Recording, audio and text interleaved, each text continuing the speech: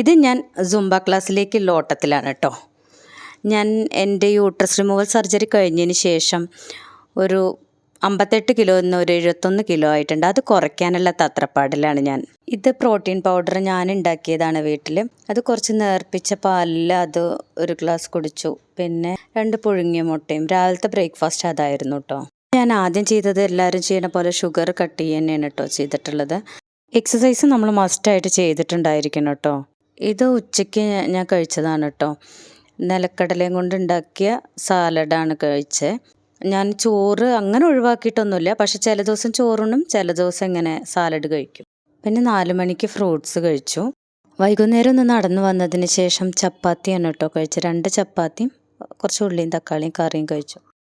ഞാൻ നല്ലപോലെ വെള്ളം കുടിക്കാറുണ്ട്. അപ്പോൾ ശരി, നാളെ കാണാം. Bye bye.